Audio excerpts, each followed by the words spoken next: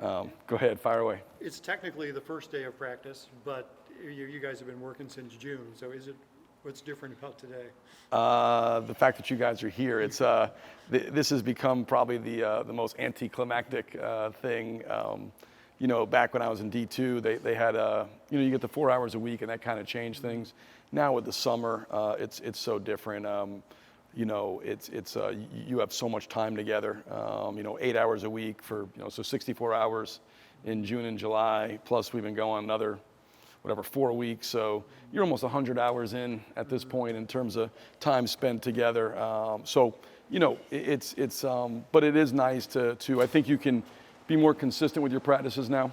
Like this past week we went 3 days. Some weeks are 3, some days are 4. Now you're in a rhythm of 5 days a week because you have 30 out of 42 days you can practice leading into that first game. We're 42 days out. So that part will be nice. The hours restrictions being lifted, you can go a little bit longer.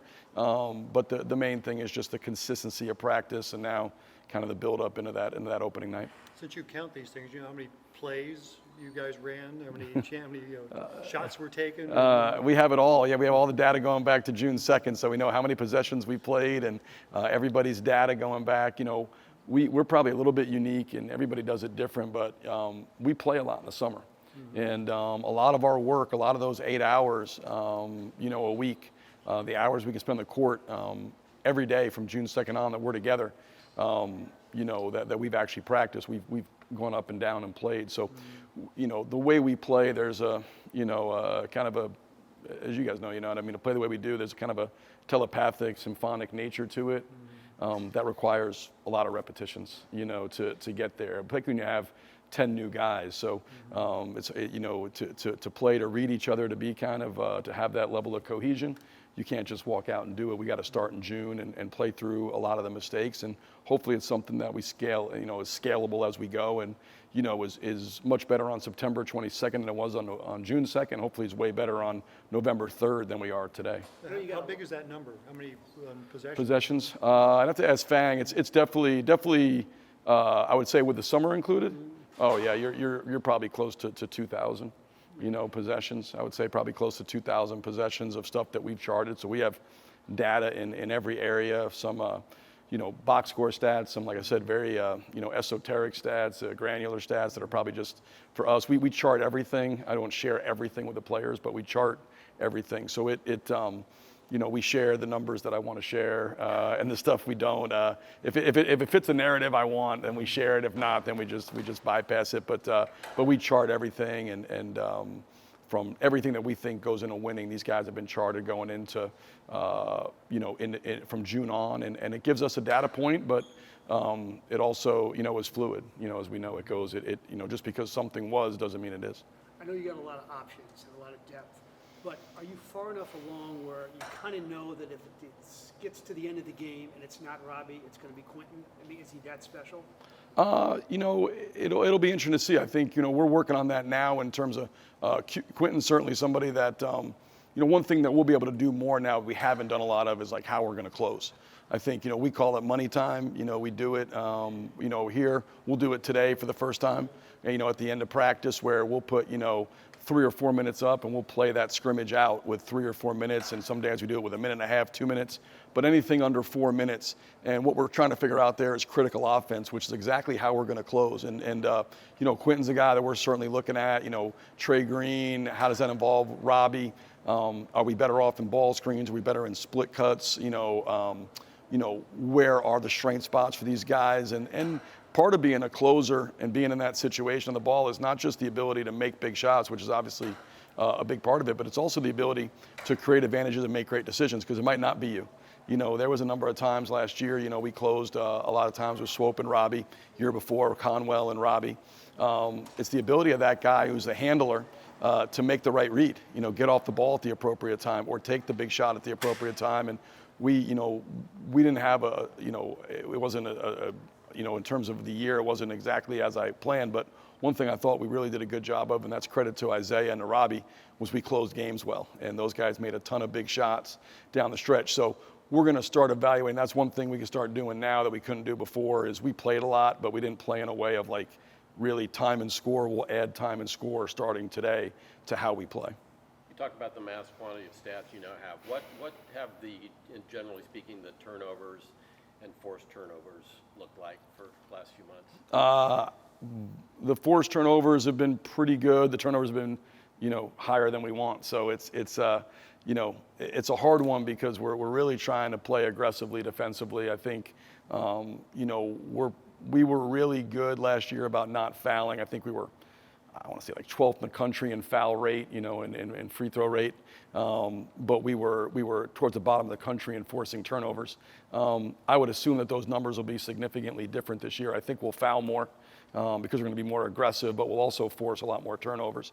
We're really trying to pick up and work the ball. We got a lot of guys that can individually pressure the basketball at the point of attack. Last year, that was kind of just Amari for the most part. Swope could pressure the ball some, but you're asking that guy to play 38, 39 minutes. It's hard to pressure the ball like that. I think the ability that we have of a lot of guys that can really slide, we have length and athleticism and depth. It's going to allow us to really pick up, everybody talks about pace offensively, pick up the pace defensively, but we got to take care of the ball. We've got to be, I think our turnover rate, is a little over, what I wanted to be. I've always set for our teams. We're going to turn the ball over some because of how fast we play and the fact that we allow all 5 guys to handle the ball and make decisions. So the upside is it's really hard to guard. The downside is when you have 5 guys who can make decisions, sometimes bad decisions are made. The ball's not always in your best decision maker's hands. So that's the trade-off. So I've always said like 17% is kind of where we would want to cap it at. And last year we were over 18, almost 19% in league, 19.2 I think, and ours is about 20 right now, so it's got to get down. But we're also that's how much of that is our offense and how much of that is our defense and the ability that we have to switch more stuff and to be more physical and aggressive and pick up full court and press and stuff like that. So want to see the turnover number go down, but if that goes down, then I'll be worried that our defensive intensity and pressure is not good enough.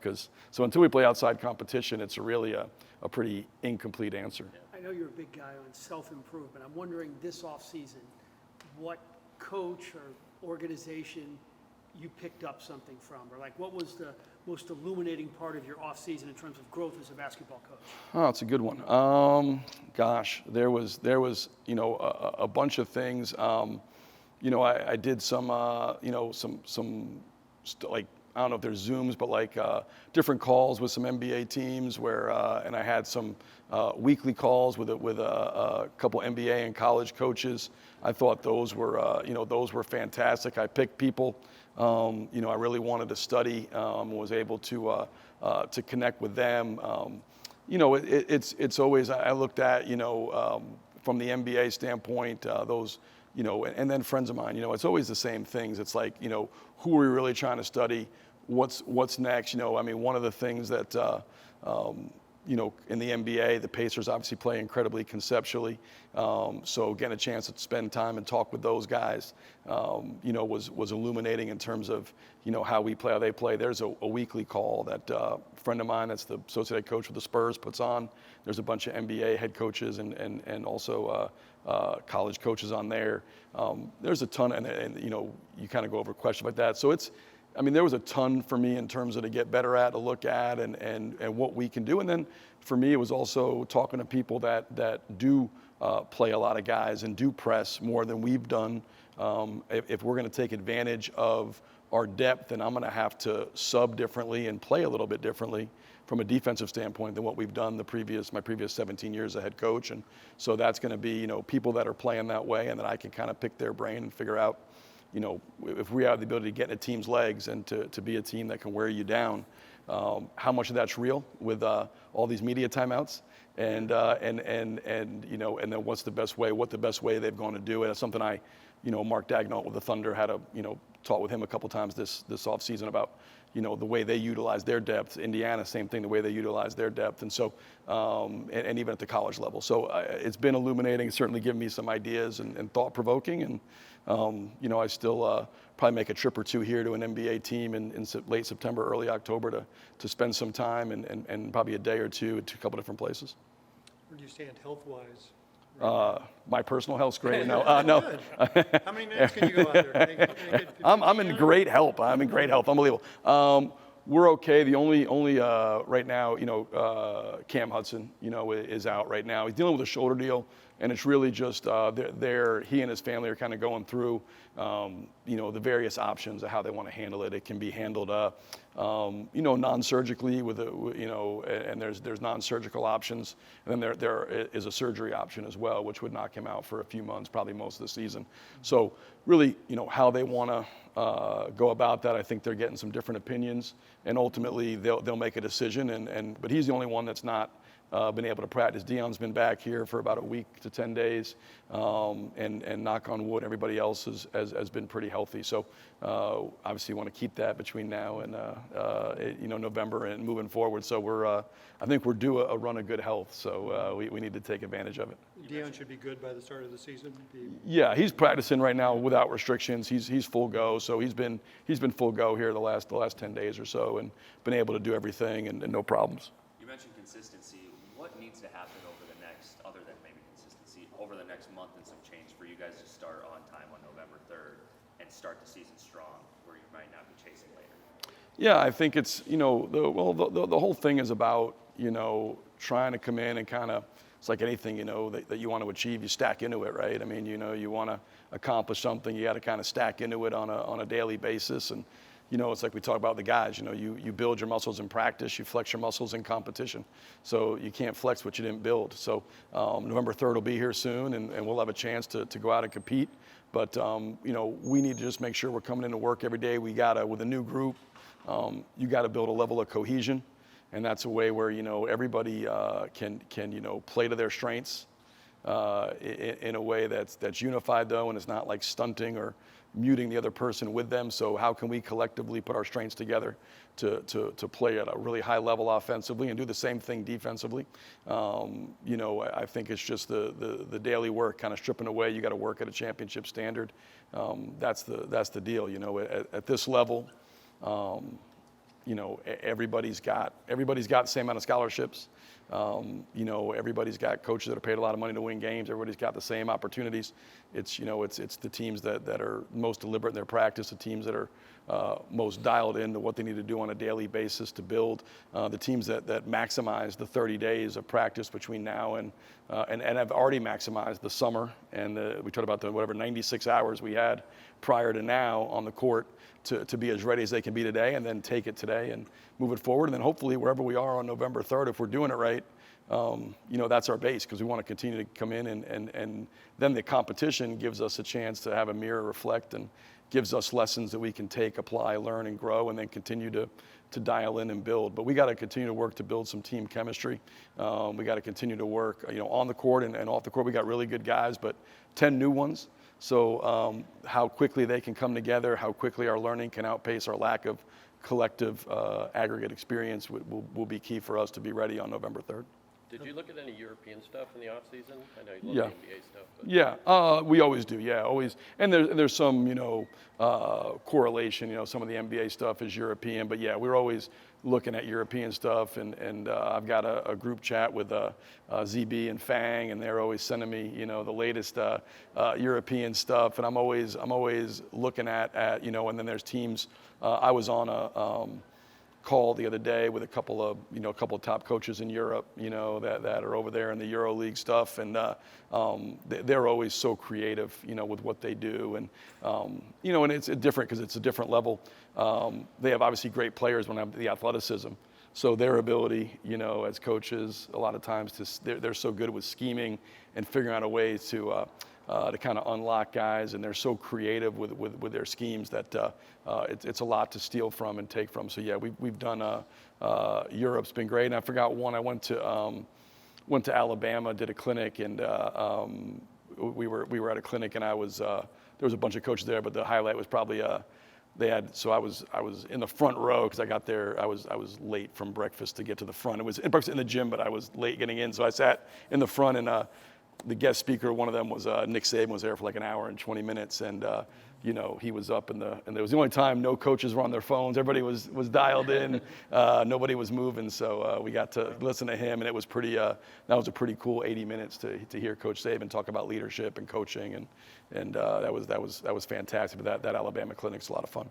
No basketball fundamentals for Yes. them? No, he did say he plays a lot though. He said he played at Alabama. I said they played at noon.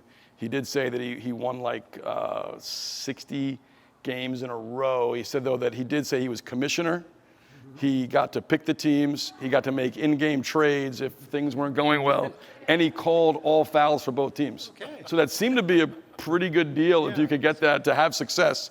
I mean, it pretty much nothing's insured in life, but Yeah. that seemed to be about as sure a bet as you could get is that Nick Saban was going to win noontime pickup with those, as you can make in-game trades, pick the teams, and you call all fouls for both teams. So seems like a pretty good deal. All right, guys, appreciate it. Ladies, thank you, of course.